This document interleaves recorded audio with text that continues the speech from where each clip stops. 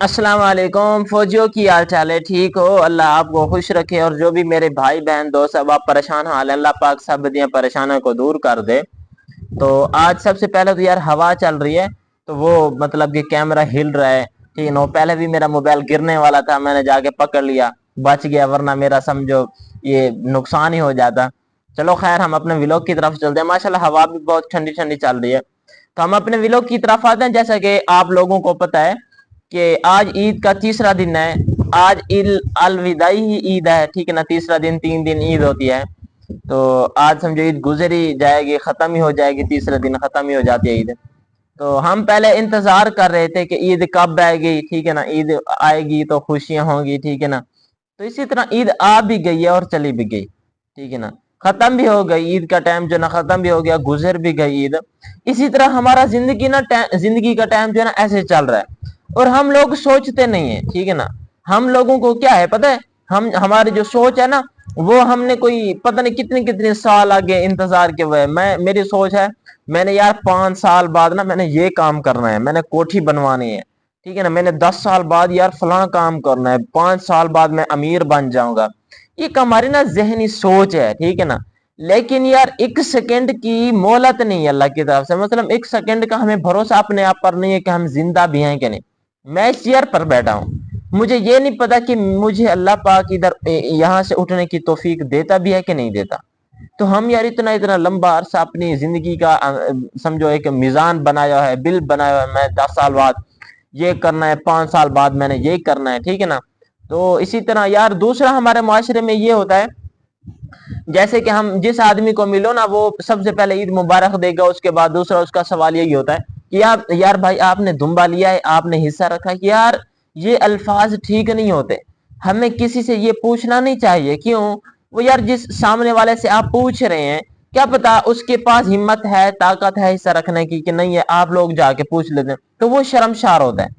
ताकि इसी तरह दूसरों से पूछने की बजाय बंदे की अपनी कुर्बानी जाया हो सकती है, ठीक है ना। दूसरा शर्मशार होता है, जिस बंदे ने रखा होता है उसको अपने ऊपर एक गुरूर आता है, फख्र आता है, यार मैंने कुर्बानी रखी है, ठीक है ना।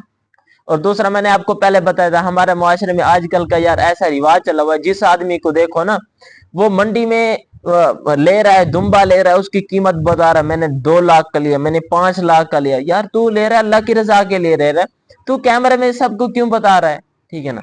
तो इसी तरह हम अगर दिखलावा करेंगे ना, दिखलावा ना भी करें ना, ये जो हमारा दिल है इसमें दिखलावा आ जाता है, यार उसने 2 लाख का लिया, मैंने 3 लाख का लिया, मैं उससे बढ़ गया। ये समझो एक दिल में ऐसा एक दिखलावा आ जाता है जो अल्लाह पाक को बिल्कुल नहीं पसंद होता। तो खैर हमें ऐसा नहीं करना चाहिए, ना दूसरों से पूछना चाहिए कि आपने हिस्सा रखा कि नहीं रखा। जिन्होंने नहीं रखा अल्लाह पाक उसको इंशाल्लाह जो आगे इंशाल्लाह हिम्मत देगा, ताकत देगा, वो इंशाल्लाह हिस्सा रखेंगे। तो इसी तरह यार ईद के मौके पर एक अहम सवाल होता है कि हम ना अपने माँ बाप से, ठीक है ना, मतलब घर वालों से पूछते नहीं है, ठीक है ना।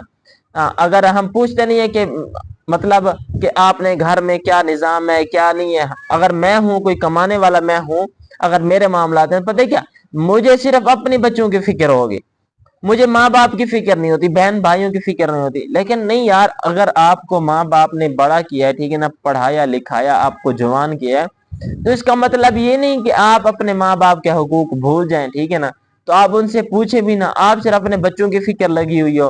तो लेकिन यार माँ बाप हैं जिन्होंने आपको सारी जिंदगी आप पर बहुत मेहनत की है, ठीक है ना, मजदूरियां करके आपको उन्होंने पढ़ाया लिखाया, आपकी तरबियत की। तो जब आप पढ़ लिख कर बड़े हो जाते हैं, जवान हो जाते, आप उनसे पूछते नहीं है, ठीक है ना। जब बच्चा बड़ा हो जाता है ना, जब वो माँ बाप बस उसके हाथ में कारोबार आ जाता है, या पढ़ लिख के माँ बाप उनको जवान कर देते ना, फिर वो थोड़ा सा बिजनेस कर, वो फिर कहता है मैं शुरू से ही ऐसे था, ठीक है ना।